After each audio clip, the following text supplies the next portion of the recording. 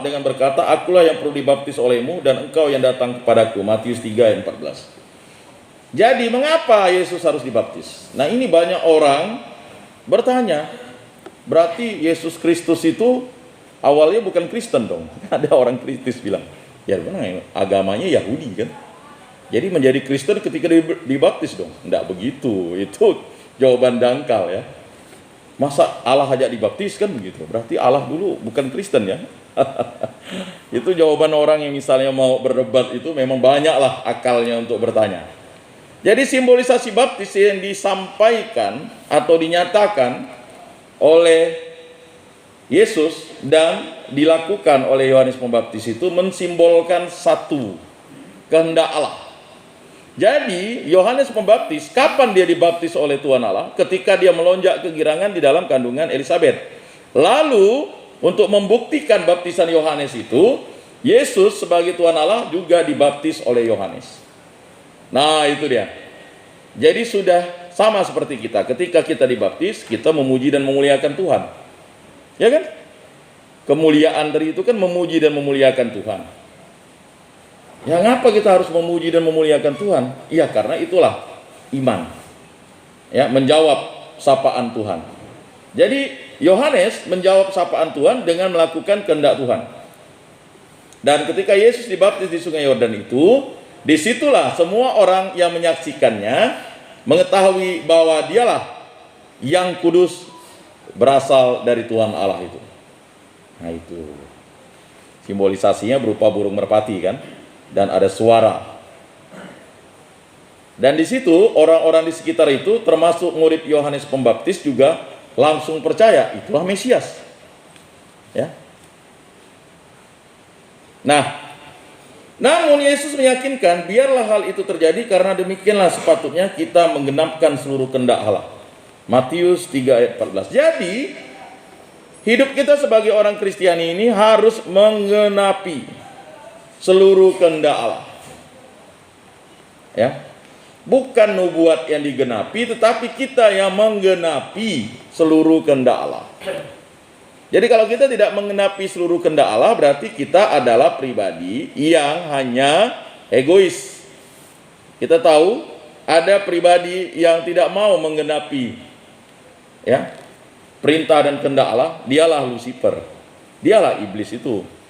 Padahal dia diciptakan dari pantulan Tuhan Allah loh. Bukan dari debu dan tanah, pantulan Tuhan Allah. Tetapi dia tidak mau menggenapi kehendak Allah. Ya udah, dia menjadi makhluk terkutuk. Dari malaikat menjadi iblis. Siapa yang menjadikan dia iblis? Dirinya sendiri. Begitu juga manusia. Siapa yang menjadikan manusia tidak percaya Tuhan Yesus? Yaitu manusia itu sendiri. Tanggung jawabnya nanti akan dipertanggungjawabkan di depan Tuhan Yesus. Jadi ada 2 planet saja. 2 planet. Ya kan? Planet surga atau planet neraka. Itu kan pilihan manusia. Ya sekarang sih tidak ada masalah. Masalahnya ketika nanti hidup di akhirat itu selamanya. Tidak ada limit waktu. Apakah ada pengampunan lagi? Tidak ada pengampunan. Karena kita sudah diberikan rahmat pengampunan oleh Tuhan Yesus dan kita telah ditebus oleh Tuhan Yesus. Makanya Tuhan Yesus memberikan rahmat pengampunan itu kepada kita yang sudah dibaptis. Tetapi bagi orang yang dibaptis lalu dia menjadi penghujat Roh Kudus, tidak diampuni. Jadi kalau kita baca Injil Matius, Markus, Lukas, Yohanes, yang paling sangat tegas itu menerangkan tentang hukuman-hukuman itu adalah Injil Matius. Ya. Jadi tertera, termaktuh. Ya kan? Ya terserah kalau orang tidak mau percaya Yesus. Orang yang mau bisa percaya Yesus tuh kalau mau ikut Yesus. Sampai dunia terbalik, sampai debat sepanjang apapun di YouTube, di medsos, kalau orang tuh tak percaya Yesus sebagai Tuhan, ya tidak bisa. Mengapa? Bukan manusia yang memberikan dia kepercayaan, tapi Roh Kudus. Sama seperti kita sekarang. Mau jungkir balik, mau doa setiap waktu, setiap saat, Bapak terkasih. Kalau tidak mau, Ya kan, menerima firman dan sabda Tuhan itu masuk ke dalam hati, tidak akan bisa. Jadi begini, ya, lawanlah kejahatan itu dengan kebaikan. Jadi kejahatan itu hanya bisa dilawan dengan kebaikan. Maka kata surat Yakobus itu katakan, tunduklah kepada Allah, lawanlah iblis, dia akan lari daripadamu. Jadi kan masalahnya di situ sebenarnya. Ya mau gimana kan? Kalau kita tidak bisa melawan iblis, tidak bisa melawan dunia, tidak bisa melawan hawa nafsu kita. Jadi yang bisa mengendalikan diri kita adalah diri kita sendiri yang mengikuti kehendak dan perintah Tuhan Allah. Ya kan, mau dikasih terapi, mau dikasih psikologi, mau didoakan berkali-kali. Kalau diri kita sendiri tidak membuka hati kita kepada Roh Kudus, ya Roh Kudus ya kan tidak akan tinggal di dalam diri kita.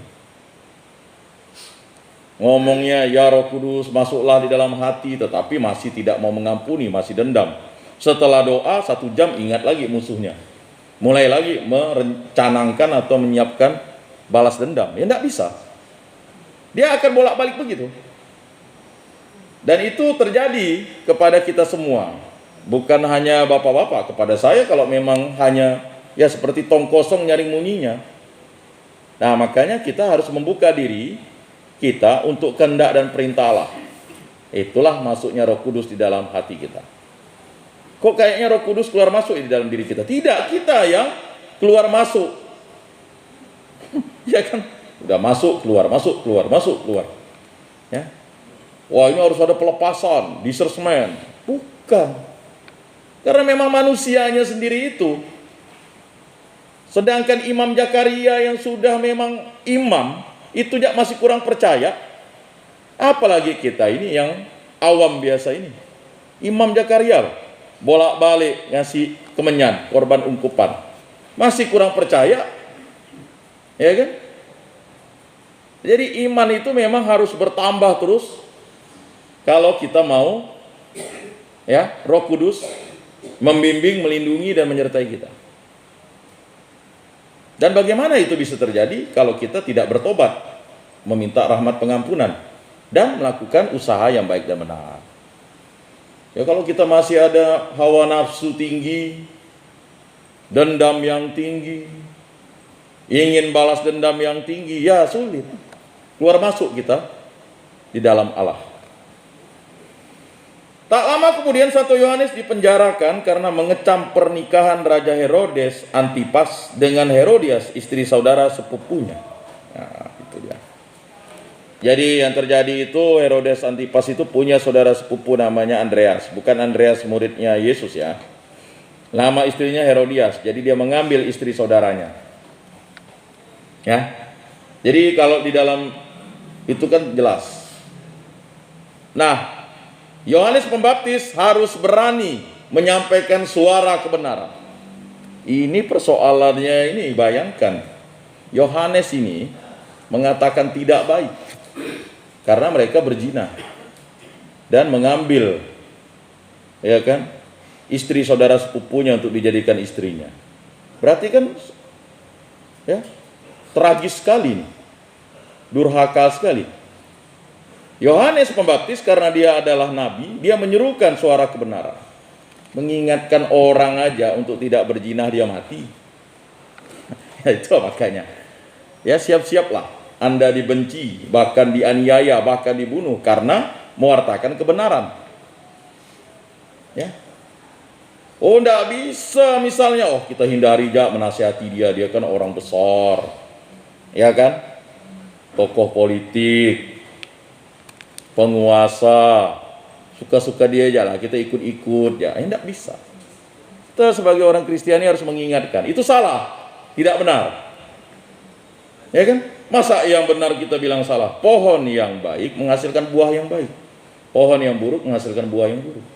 Jadi sebagai orang Kristen itu harus mengatakan itu. Kalau tidak, kita akan tidak mampu melihat mana yang baik, mana yang buruk. Inilah yang terjadi dengan Yohanes Pembaptis. Mengoreksi, mengkritik sesuatu yang salah agar Herodes ini melakukan sesuatu yang benar. Karena dia raja. penguasa, ya kan? Tokoh masyarakat. Ini sekarang kan banyak oknum tokoh masyarakat justru tidak menjadi teladan. Ya. Mengingatkan orang ke gereja aja pasti wah, dasar kosok suci katanya. Wah. Mengingatkan orang berdoa aja kau jak doa gitu-gitu ya nasibmu. Mengingatkan orang membaca firman Tuhan, contoh hidupmu tak benar katanya. Tetap kritikan ada. Apalagi kayak Herodes ini kan, raja dikritik. Tak benar tuh. Akibatnya Yohanes Pembaptis harus dipenggal kepalanya, dikayau. Siapa bilang zaman dulu tidak ada ngayau? Ini ngayau nih. Herodes nyuruh. Ya, jadi Herodes tuh nyuruh anaknya nyuruh Herodes nyuruh. Jadi mereka semua ya berdosa, membunuh. Ngayau nih. Kepala dinampan zaman dulu. Jadi tradisi ngayau tuh jangan gak hanya dikatakan tradisi orang Dayak, ya kan? Orang Yahudi ya ngayau kepalanya. Ya. Jadi tradisi Yahudi ya dia ada ngayau, naruh kepala di nampal nih kepalanya. Ya kan? Mana adalah kalau udah menggal kepala itu lalu hidup pasti matilah. Nah itu. Jadi jangan juga katakan, wah yang ngayau itu orang Dayak. Enggak, ini orang Yahudi yang ngayau pakai perintah. Jadi seperti itu. Ya kalau kita mau kait-kaitkan, tapi kan itu kan hanya cocokologi ya. Ini kan tradisinya berbeda jauh 2000 tahun yang lalu. Ini akibat apa? Mengingatkan orang untuk berbuat benar. Jadi jangan takut kalau untuk menyatakan ini, ya pastilah akan dibenci, dianiaya, difitnah, dihujat, bahkan dibunuh. Nah itu. Cara hidup manusia ini kan hanya diakhiri dengan 4. Ya enggak? Kalau kayak Elia, nyaman, langsung diangkat, dijemput oleh Tuhan Allah, pakai kereta kencana, ya kan? Atau seperti Henok, ya kan? Bergaul dengan Allah, diangkat, kan? Elia, ya kan? Tapi kalau manusia pada zaman perjanjian baru, ya kan, ya pastilah harus ya meninggalkan jasmaninya dengan 4 cara. Sakit, ya kan, kecelakaan, ya kan.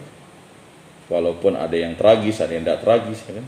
Berikutnya musibah bencana, ya itu tidak bisa dipungkiri. Tanah kita ini kan tidak tahu apakah betul tidak tanah di bawah kita ini tidak bolong. Air tanahnya habis, bolong, ambruk, habis kan kita. Maka kata Yesus, orang yang ditimpa di menara Gideon itu, apakah dosanya lebih besar daripada kamu? Tidak. Kalau kamu tidak bertobat, ya dosamu lebih besar. Nah itu. Jadi tidak ada.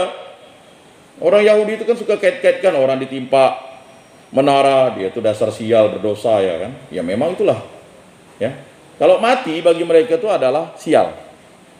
Makanya kalau sudah hari Sabat, tidak boleh menyentuh jenazah, najis. Bagi orang Kristen ya tidak najis. Ya toh nanti semua kita akan menjadi jenazah kok. Kemudian yang keempat ya yang paling tragis, Yesus memilih, ya, bukan Yesus memilih, tetapi dia mengikuti kehendak Allah untuk dibunuh. Yesus matinya dibunuh. Yohanes Pembaptis matinya dibunuh. Petrus matinya dibunuh. Ya. Ya jadi jangan heran tiba-tiba kita mendengar ya banyak orang Kristen, misalnya di Nigeria kemarin 50 habis misa kena bom. Nah itu. Kok rasanya Tuhan Allah di mana? Nah, kan? Ya memang pilihan itu yang keempat itu. Maka Yesus katakan, barang siapa kehilangan nyawanya karena aku, dia akan memperolehnya. Tetapi barang siapa kehilangan nyawanya bukan karena aku, dia tidak akan mendapatkan. Itu. Kita terbalik ya. Itulah cinta kasih. Beda dengan iman lain kan. Kalau kita justru harus mengorbankan diri, bukan mengorbankan orang lain, atau bahkan menghabisi orang lain. Nah, bapak-bapak sekalian, ini Yohanes Pembaptis ini luar biasa. Kisah hidupnya. Ya. Dia adalah anugerah bagi ibu dan ayahnya. Dia mendapatkan kehendak Allah untuk menjadi nabi persiapan, ya kan? Dia luar biasa, bisa membaptis Tuhan. Siapa yang bisa membaptis Tuhan? Hanya Yohanes Pembaptis. Ya. Ini manusia satu-satunya di muka bumi yang bisa membaptis Tuhan. Ya kan?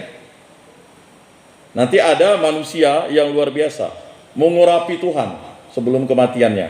Itulah perempuan yang dengan minyak narwastu itu yang mahal. Tapi ini membaptis Tuhan.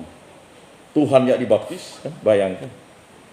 Masa kau ini mau melawan Tuhan? Tuhan yang dibaptis, kau tidak mau dibaptis. Udah sekian lama dengar firman dan sabda Tuhan tak mau dibaptis, ya putuskanlah untuk dibaptis. Ya kan? Jadi ada teori begini. Kalau nanti di akhirat Tuhan Allah mengadili kita semua, lalu menanyai agama kita, kita udah siap-siap, betul enggak? Ya kan? Kalau di muka nanti dia tidak nanya agama kita, ya udah enggak masalah kan? Enggak masalah. Tapi yang masalah ketika nanti ditanya, mana agamamu? Lalu ditanya lagi, kapan kau dibaptis? Kan masalah bagi kita. Bagaimana kita mau balik ke dunia? Tapi kalau nanti pun tidak ditanya agama atau baptis, ya udah kan? Persiapan. Sama kayak Yohanes Pembaptis, persiapan. Kan begitu. Jadi bagi yang belum dibaptis, ya silakan. Jangan lo nunggu mau lonyin, mau mati gitu ya. Baru dibaptis, ya mana? Lo baptis mayat pula. Lalu yang bertengkar yang hidup. Mana bisa baptis mayat? Dah KO mau dibaptis bagaimana? Ya. Jadi janganlah mau nyoba-coba dengan Tuhan tuh kan. Nanti kalau di akhirat lalu ditanya Tuhan kan agama dan baptisnya, baru nyahuk lo, apalah tiap dulu katanya tiap minggu pergi kebaktian, datang misa lalu tidak baptis ya katanya. Salah seorang kan? Kan bukan salah Tuhan Allah, salah sendiri dia. Kalau tidak ditanya juga tidak apa-apa kan, tidak masalah. Makanya itu saja jawaban bagi orang yang ngapa sih perlu dibaptis? Ngapa sih perlu menjadi pengikut Kristus? Ya kan? Ngapa sih perlu beragama misalnya? Nah itu Pak. Simpelnya, ya nanti kan tidak masalah. Tapi udah masalah, mati tidak masalah. Ini agamanya apa? Tidak jelas agamanya. Lalu beribut. Oh dulu dia agamanya ini, oh agamanya ini, ribut. Ujung-ujungnya kan. Nah, jadi jangan membuat orang susah. Masa dari lahir, kecil, anak-anak, remaja, muda, tua, buat susah orang, ya kan? Hedonisme, ya kan? Penyakit orang itu kan ada yang hedonisme, ada yang buat susah, ada yang, ya kan?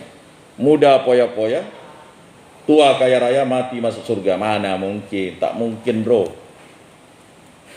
Jalan ke surga itu harus mengikuti jalan salib Yesus. Oh ada Pak, orang kaya bisa masuk surga. Mana? Orang kaya yang mana? Juallah hartamu gitu ya, Tuhan Allah. Sulit adalah sukar orang kaya. Sukar itu apa sulit? Dari misalnya ya sulit. Lebih mudah unta masuk ke lubang jarum katanya. Bayangkanlah unta sebesar itu masuk ke lubang jarum. Ya kan? Diterjemahkan ke Indonesia. Ya memang dulu unta itu kalau masuk ke dalam rumah orang Yahudi itu kan bentuknya kan lubang jarum. Jadi dia bisa masuk kan? Unta kalau mau masuk ya gitu, dia nyeretkan kakinya. Manusia. Nah ini. Jadi bapak-bapak yang belum dibaptis, yang cuek-cuek dengan gereja, nanti kalau misalnya dipertanyakan lagi ya kan? Lah, udah dibaptis, kok enggak pernah ke gereja ya kata Tuhan Allah. Nah, udahlah, ya kan? Mumpung masih di tempat ini, rajin-rajinlah ke gereja kan begitu. Keluar nanti kan seminggu sekali lah, puji Tuhan lah kan. Kalau bisa tiap hari ya. Kita ini kan hanya seminggu sekali aja diminta kewajibannya. Ya kan? Bayangkan, udah dikasih kendor. Pantang dan puasa aja itu udah dikendorkan. Ya yang wajib pantang dan puasa itu 2 hari aja, Rabu Abu dan Jumat Agung. Itu pun masih ada yang tidak mampu melaksanakan. Padahal sebenarnya kalau mau diterapkan sebelum Konsili Vatikan kedua itu 40 hari 40 malam. Kalau tidak berpantang, tidak berpuasa itu dosa apa? Ya kan? Tapi kita kan udahlah. Luar biasa dispensasi untuk orang Kristen nih. Nah ini penting untuk kita pahami. Nah Dari dalam penjara, Yohanes mengikuti gerakan Yesus melalui murid-muridnya yang dengan setia mengunjunginya. Jadi gerakan Tuhan Yesus itu dipantau oleh Yohanes Pembaptis. Jadi sukacitanya luar biasa. Dia semakin kecil, tetapi Tuhan Yesus semakin besar. Lalu Andreas dan Yohanes sering mengunjunginya di penjara. Ya. Mungkin bapak-bapak, mana kawannya dulu yang sering mengunjungi bapak-bapak di rumah, di warung kopi, yang dulu hahaha minum bir, ada cewek-cewek, wah tenang bro, jajan bro, ujung-ujungnya ngunjungi pun istri, anak kan. Nah mana? Sekarang kan bapak baru sadar kan, dia cinta kasih ya di keluarga kan. Yang dulu bapak jamin mungkin ribuan, ratusan kan? Minum macam-macam lah kan, tapi mana? Paling prihatin, ya kan?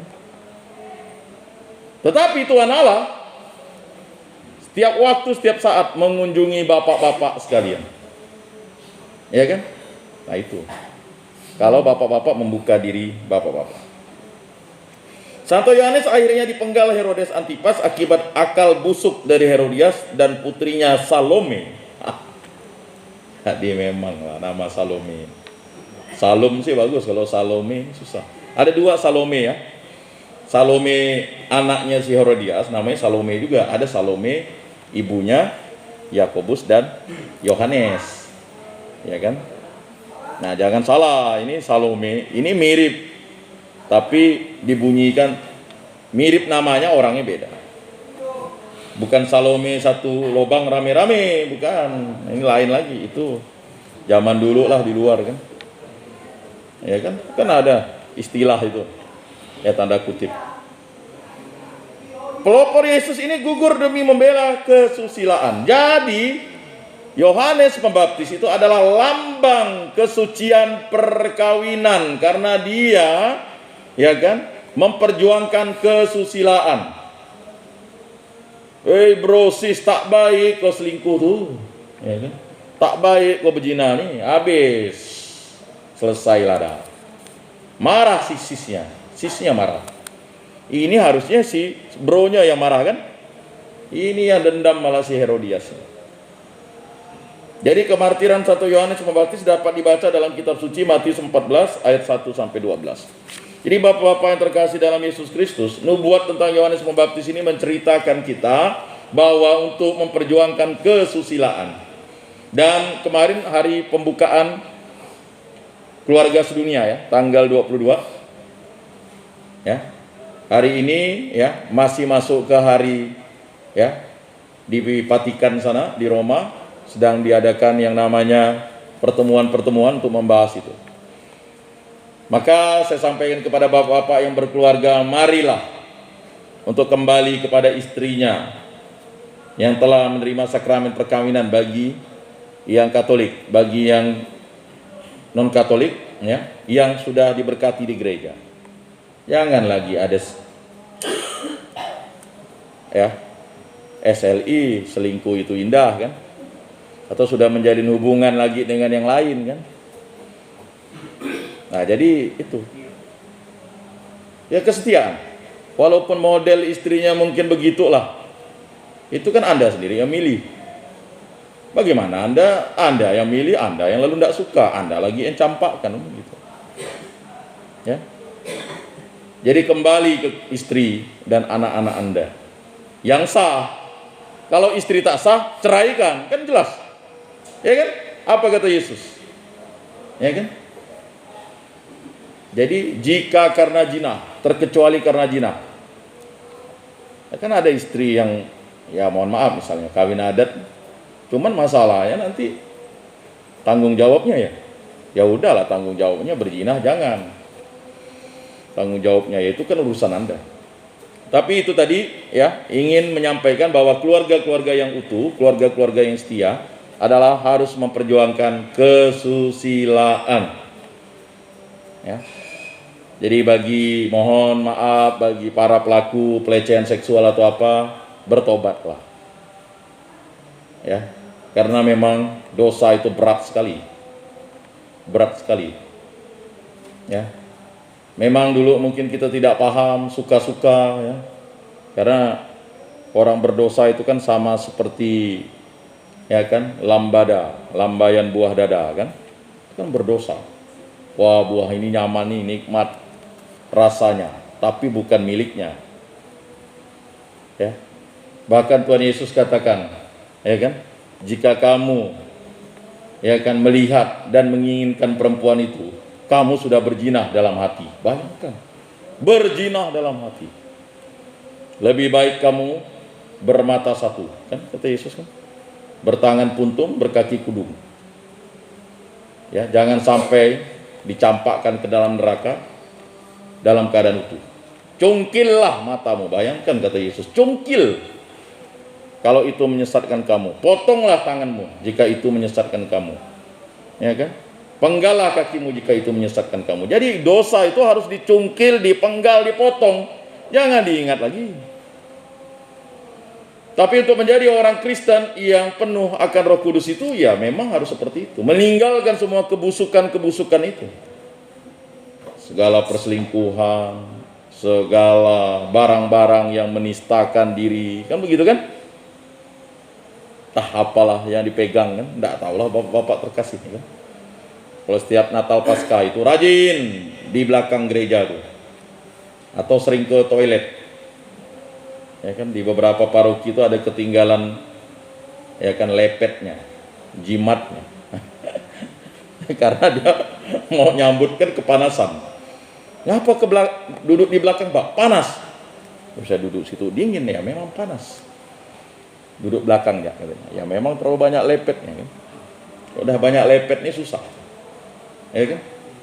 Saya ingat paman saya tuh pergi ke Bandol, habis dia punya lepetnya 1 tas pinggang. Ya. Dan luar biasa kan? Mujizat kesembuhan anaknya terjadi.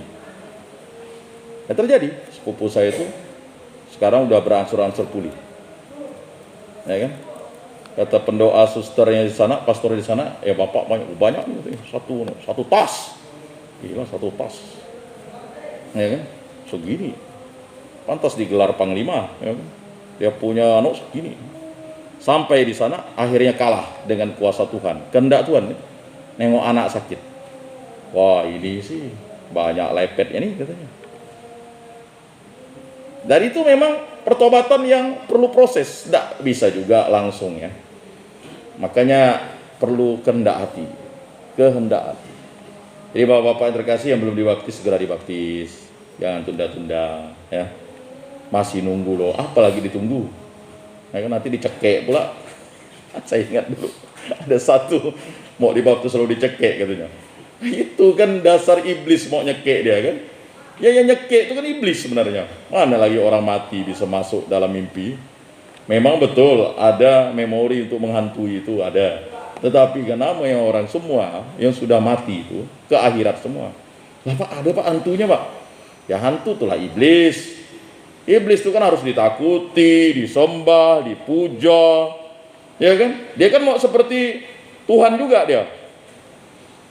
Nah, jadi bapak-bapak yang terkasih yaitu ya rahmat pengampunan belas kasih akan selalu terjadi pada hari raya kelahiran Yohanes Pembaptis ini. Marilah kita selalu lahir baru dan marilah kita membangun hidup kita agar kita menjadi pribadi yang kuat, setia, taat. Dan tinggalkanlah, cungkillah masa lalu, potonglah masa lalu itu ya. Tidak perlu lagi diingat-ingat. Kalau kita ingat-ingat nanti justru malah akan mempengaruhi hidup kita sekarang. Bagi yang sudah bisa menerima keberlangsungan di tempat ini, ya saya pikir masih ada juga yang pastilah tidak menerima. Bagaimana sih bisa menerima kan? Kan tidak ada kan berpikir dulu. Kalau saya kan berpikir bukan menjadi orang sukses, tapi menjadi anak yang baik dan benar. Ya kan? Di hadapan Tuhan, orang tua dan sesama, itu dulu cita-cita saya. Jadi orang sukses itu bonus. Nah sekarang bapak-bapak ya silakanlah tata, lahirlah baru terus-menerus. Kemuliaan kepada Bapa dan Putra dan Roh Kudus seperti pada permulaan, sekarang, selalu dan sepanjang segala abad. Amin. Marilah kita mengakui iman kepercayaan kita. Aku percayakan Allah, Bapa yang Maha Kuasa, pencipta langit dan bumi, dan akan Yesus Kristus, putranya yang tunggal Tuhan kita, yang dikandung dari Roh Kudus, dilahirkan oleh perawan Maria, yang menderita sengsara dalam pemerintahan Pontius Pilatus, disalibkan, wafat, dan dimakamkan, yang turun ke tempat penantian, pada hari ketiga bangkit dari antara orang mati, yang naik ke surga, duduk di sebelah kanan Allah Bapa yang Maha Kuasa. Dari situ ia akan datang mengadili orang hidup dan mati. Aku percayakan Roh Kudus, Gereja Katolik yang kudus, persekutuan para kudus, pengampunan dosa, kebangkitan badan, kehidupan kekal. Amin. Marilah kita menyampaikan doa-doa permohonan kita dalam doa umat.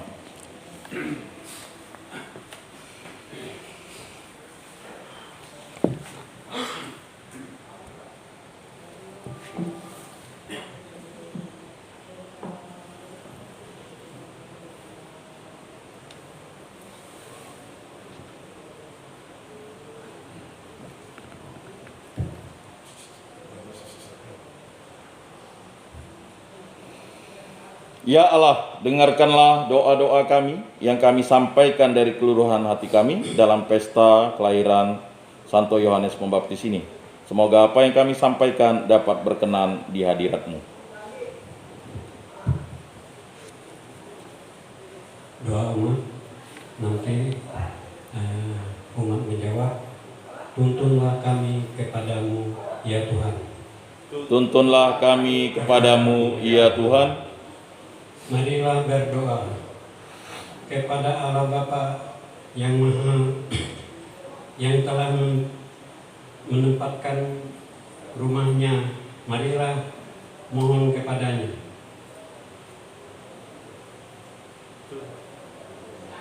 Tuntunlah kami kepadamu ya Tuhan. Bapa Gereja Yesus Kristus, ya Bapa, utuslah Roh Kristus untuk gereja, sehingga mereka dapat menuntun umat kepada kebebasan Kristiani yang sesungguhnya. Marilah kita mohon. Tuntunlah kami kepadamu ya Tuhan. Bagi dunia dewasa ini, ya Bapa, sadarkanlah agar dunia dewasa ini tidak tuli bagi suara para nabi yang menyerukan kedamaian dan keadilan bagi semua orang. Marilah kita mohon. Tuntunlah kami kepadamu ya Tuhan. Bagi kita di sini ya Bapa, bantulah kami menyadari agar kehadiran Kristus di tengah-tengah kami tidak seperti seorang yang tidak kami kenal, tetapi semoga ia dapat dikenal dalam kelemahan dan kemiskinan yang kami akui dengan rendah hati. Marilah kita mohon. Tuntunlah kami kepadamu ya Tuhan. Bagi kepentingan paroki, bagi kepentingan diri kita masing-masing, ya Allah, Engkau mengenal kami sedalam-dalamnya. Engkau telah membentuk dan memanggil kami sejak sebelum kami lahir. Semoga kami mengabdi kepadamu dengan rendah hati, serta mempersiapkan jalan untuk kedatangan putramu Yesus Kristus, sebab dialah Tuhan. Amin. Marilah kita mohon. Tuntunlah kami kepadamu ya Tuhan. Ya Allah, Engkau mengenal kami sedalam-dalamnya. Engkau telah membentuk dan memanggil kami sejak sebelum kami lahir. Semoga kami mengabdi kepadamu dengan rendah hati, serta mempersiapkan jalan untuk kedatangan putramu Yesus Kristus, sebablah dialah Tuhan pengantara kami. Amin. Kolekte dan lagu pujian. Mana Bakti 240.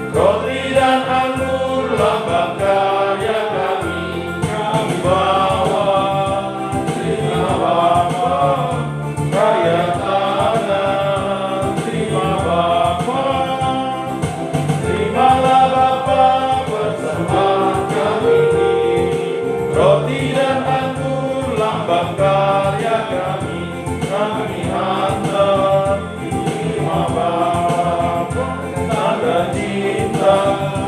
Terima Bapa, terimalah Bapa persembahan kami ini, roti dan anggur lambang karya kami. Terima Bapa, suka duka.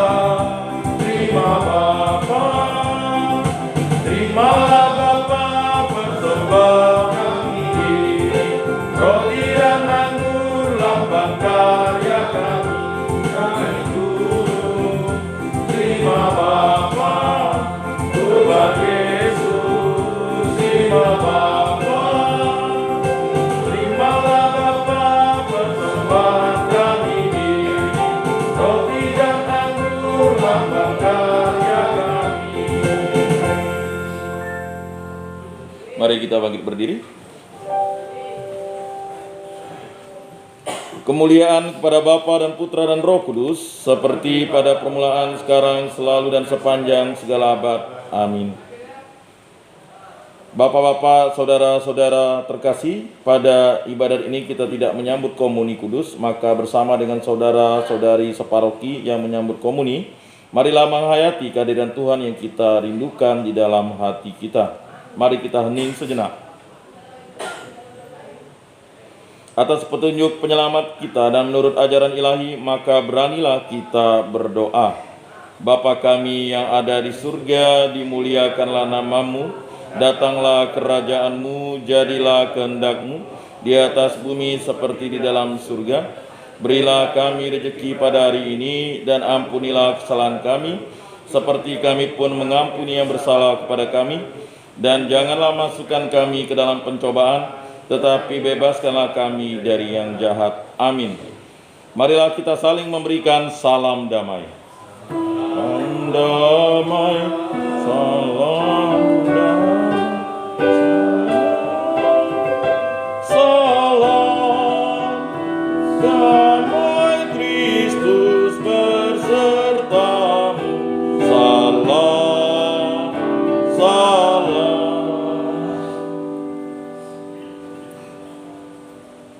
Saudara-saudara terkasih, Yesus bersabda, kamu memang sudah bersih karena firman yang telah kukatakan kepadamu. Tinggallah di dalam aku dan aku di dalam kamu, sama seperti ranting tidak dapat berbuah dari dirinya sendiri kalau ia tidak tinggal pada pokok anggur. Demikian juga kamu tidak dapat berbuah jikalau kamu tidak tinggal di dalam aku. Oleh karena itu marilah kita duduk dalam keheningan untuk menyatukan diri dengan Tuhan yang kini hadir bersama kita. Berbicaralah dengan Dia dari hati ke hati dengan mengatakan, Yesus, datanglah dan tinggallah dalam hatiku, jadikanlah hatiku seperti hatimu. Kita ulang sebanyak 3 kali. Yesus, datanglah dan tinggallah dalam hatiku, jadikanlah hatiku seperti hatimu. Yesus, datanglah dan tinggallah dalam hatiku, jadikanlah hatiku seperti hatimu. Yesus, datanglah dan tinggallah dalam hatiku, jadikanlah hatiku seperti hatimu. Pengumuman.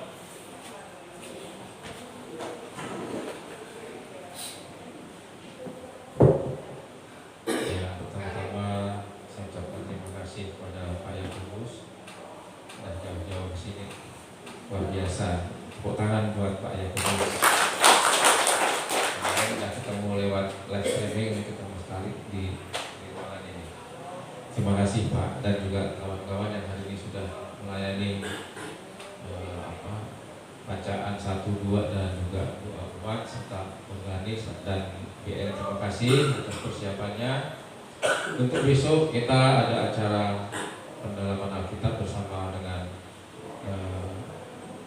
Lah Borneo, nanti kolaborasi dengan Hutan Kayang. Kemudian hari Sabtu kita ada ibadah Kristen bersama dengan host TBI House of Peace. Ya, nanti langsung ada WL-nya, musik juga ada, jadi semua ada 6 orang yang datang sini nanti. Jadi marilah kita persiapkan bersama-sama. Tapi bagaimanapun juga nanti Pak Agus yang mempersiapkan untuk semuanya. Hari Minggu ibadah Katolik bersama dengan Pak Anen dari Ordo Fransiskan, nanti Pak Andre dan kawan-kawan kawan-kawan nanti yang mempersiapkan sesuatunya. Kemudian hari Seninnya nanti ada ibadah Kristen lagi bersama Gereja Sungai Yordan. Senin ya ada ibadah. Ini karena mungkin Pak Terry mau pulang, jadi dia mendatangkan kawan-kawannya. Jadi Senin ibadah Sungai Yordan. Kemudian Selasanya itu dari Long Borneo ibadah Kristen lagi. Kemudian hari Rabu tetap KTKC. Kamis tanggal 30 itu dari GKI. Itu dari Pak Terry nanti akan persiapkan segala sesuatunya. Seperti itu, dan saya mohon pada kawan-kawan untuk selalu kompak, jaga diri ya. Apa yang ada di depan muka kita itu sama dengan apa yang dilakukan kita. Ya. Kita di sini kelakuannya bagus, luar kalau ini pengalaman. Saya memang tak bisa membedakan orang baik dan sudah sadar atau belum. Nah ini kawan-kawan sudah ada buktinya ya. Susah kita mempercayai seseorang sampai 100% itu susah. Saya pikir karena saya orangnya polos-polos saja ya, saya percaya. Tapi ya seperti itulah. Jadi tidak tega saya sebenarnya ya. Bahkan dipukulin pun saya tidak tega, makanya saya larang dipukulin ya. Tetapi itulah ya, ada konsekuensinya. Kita di sini janganlah macam-macam itu aja. Malu saya nengok dua orang masuk situ, tapi ya karena memang diharuskan. Ya. Jadi kawan-kawan di sini jaga dirilah. Pertama, jangan menipu aja, itu satu. Yang kedua, jangan mencuri. Kelihatannya sepele 10.000 dulu, bang saya masuk sini gara-gara mau kelahi 10.000. Ya. Ini ya Bapak tahu sendiri Pak. Sudah luar biasa saya ngomong, tetapi itulah karena apa, otaknya ini hanya untuk nyabu aja, narkoba aja tiap hari ya. Jauhi narkoba, sekali lagi saya minta kepada kawan-kawan. Sudahlah, Anda baru ngisap terus kemudian baca Injil, berdoa, no way kata Tuhan ya. Baik Allahku Korina. Saya kadang-kadang heran, saya berdoa tiap hari, gimana caranya Tuhan tunjukkan. Gereja ini sudah berkali-kali ada Tuhan mujizat. Saya sedih, tiap hari hilang uang saya. Saya berdoa dengan Tuhan, saya tidak berani menuduh kawan-kawan karena saya tidak punya bukti. Tuhan tunjukkan. Jadi jangan macam-macam dengan doa. Dengan orang Kristen jangan macam-macam. Karena dengan doa kita ditunjukkan dengan Tuhan. Ya. Seperti Bapak bilang tadi, kita tidak perlu dendam. Saya tidak dendam, saya kasih. Datang ke sini saya kasih makan. Silakan. Ya. Tidak apa-apa. Jangan dibenci. Ya. Jangan. Saya pikir saya betul kata, untuk apa kita membenci? Udah biarin aja. Malah benci jadi batu sandungan kita untuk berdoa. Saya seperti itu. Terima kasih. Sekali lagi saya ucapkan kepada Pak atau Bu Syariah yang telah setia melalui live streaming maupun datang ke gereja ini.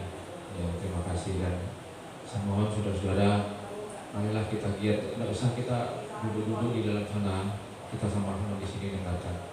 Ya. Walaupun dia setiap kadang-kadang ngatuk, tapi itulah iblis. Saya tadi mau gitu iblis. Ini ngatuk tadi karena mungkin dari malam dari tidur mikirkan gitu. Ya, tapi itulah iblis. Ya, jadi kita tetap mendengar apa yang dibicarakan atau yang difirmankan tadi. Dan saya mohon jangan membedakan Kristen maupun Katolik, sama aja. kita dapat berkat sama aja. Ya. Sekiranya seperti itu, saudara-saudara, kita harus menjadi contoh pada kawan-kawan kita di luar. Oh, ini luar biasa. Terima kasih, salam sejahtera, tetap kompak dan tetap setia. Amin. Baik, terima kasih Pak Lulu. Saya mengucapkan terima kasih kepada pengurus gereja Rutan Okumene yang telah memang luar biasa mendidik kawan-kawan yang memang sekali lagi walaupun sudah dididik, kalau orangnya memang belum terbuka hatinya, ya memang perlu proses terus dan jangan menyerah, karena kalau kita menyerah sama juga kita menyerahkan saudara kita ke dalam tangan iblis atau kuasa-kuasa jahat lainnya. Jadi itu. Dan saya berterima kasih diberikan jadwal, ya silakan kalau memang terus ada kegiatan-kegiatan apa, ya artinya kami dari pemerintah terus khususnya Bimas Katolik, saya selaku penyuluh agama Katolik, ya tetap akan bersedia dilibatkan dalam setiap kegiatan-kegiatan. Jadi itu komitmen kami untuk melayani umat, baik umat khusus ini umat khusus namanya, ya. Umat khusus yang mesti dibina karena memang ini tanggung jawab negara bersama. Karena bapak-bapak setelah diponis itu tanggung jawab negara membinanya, ya. Jadi jangan mengatakan jangan-jangan ada orang jahat di sana bisa terbina. Dia tetap jahat sampai mati pun jahat, tapi ya bersyukur kita yang bisa dicari negara ini kita dibina di sini. Itu kita harus bersyukur. Karena masih banyak orang jahat di muka bumi ini tidak bisa terbina seperti ini.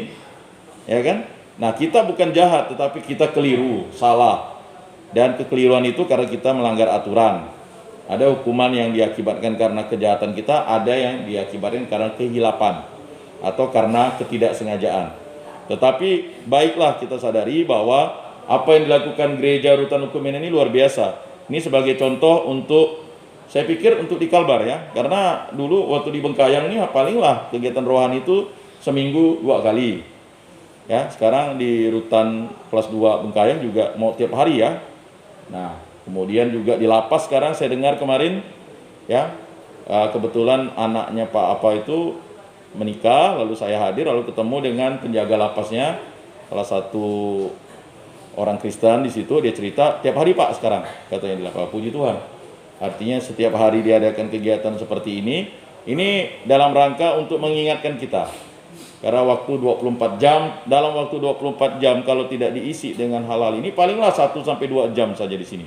Sisanya kan ya 22 jam bapak-bapak berkeliaran atau berada di dalam sel dan nah, jadi pengaruh-pengaruh itu ya sungguh luar biasa. Terutama ya mengenai hawa nafsu kan. Nah, kalau sudah terlibat narkoba itu memang tidak bisa dipulihkan. Hanya bisa terus untuk diarahkan. Ya, 30 tahun katanya untuk detoksifikasi katanya. Tapi kalau dia terbuai terus ya susah memang.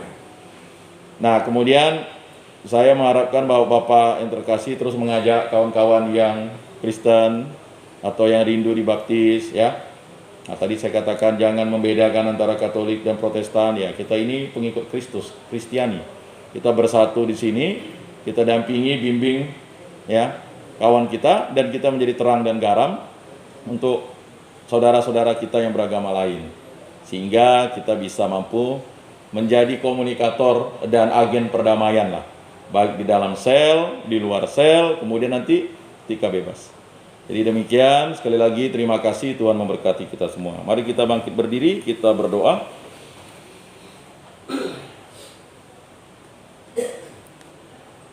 Allah Tritunggal yang Maha Kudus, Engkau tahu hidup kami dari waktu ke waktu. Dan apa yang kami lakukan adalah berkenan di hadapan-Mu. Engkau tahu bahwa kami penuh kelemahan dan dosa. Tapi kami sadari semuanya kami serahkan kepada kehendak Yesus Kristus sebagai Tuhan dan Juru Selamat kami. Berkatilah kami, para putra-putra-Mu ini. Semoga kami selalu diberkati, dilindungi oleh kasih karunia Yesus Kristus, dibimbing oleh Roh Kudus, selalu hidup baik dan benar, dan mau merubah diri untuk terus mengikuti kehendak dan perintah-Mu. Semua doa ini kami serahkan dengan perantaraan Tuhan kami Yesus Kristus, hidup dan beraja kini dan sepanjang segala masa. Amin. Bapak-bapak, saudara-saudara terkasih, Sebelum mengakhiri ibadat ini, marilah kita menundukkan kepala, memohon berkat Tuhan. Semoga Tuhan memberkati kita, melindungi kita terhadap dosa, dan menghantar kita ke hidup yang kekal, dalam nama Bapa dan Putra dan Roh Kudus. Amin. Bapak-bapak sekalian, ibadat pada hari ini sudah selesai. Syukur kepada Allah. Lagu penutup.